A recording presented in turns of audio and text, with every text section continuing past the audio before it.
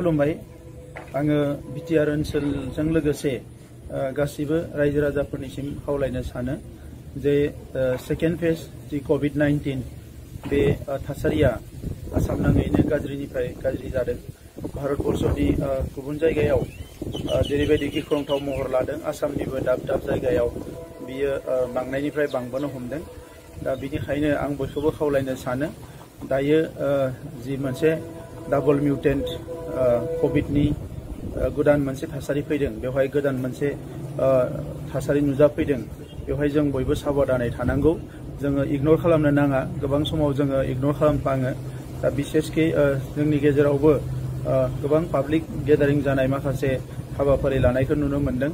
दा नैबे समाव जि मोनसे गोदान महरै कोविड-19 नि थासारि फैदों बेवहाय गोबां मानसिफ्रा खस्थ' मोनदों आरो गोबाङानो जिउ जोबनो गोनां जादों।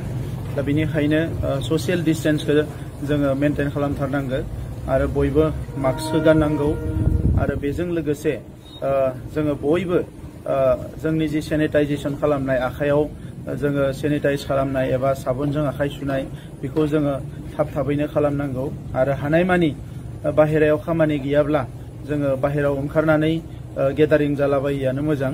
बेखौ जाहाथे बयबो साबधान थायो।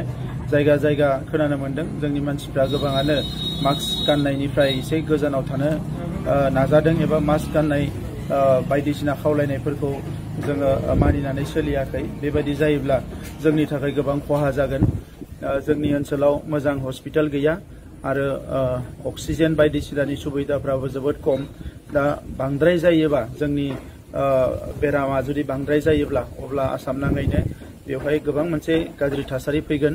दा बेनिखायनो आं बयखौबो खावलायदों जे बयबो सांग्रां जानांगौ आरो जिखिनि कोविड प्रट'कल फोसावनाय जादों बेखौ बयबो जाहाथे मानिनानै सोलियो आं बेखौ बयखौबो खावलायदों।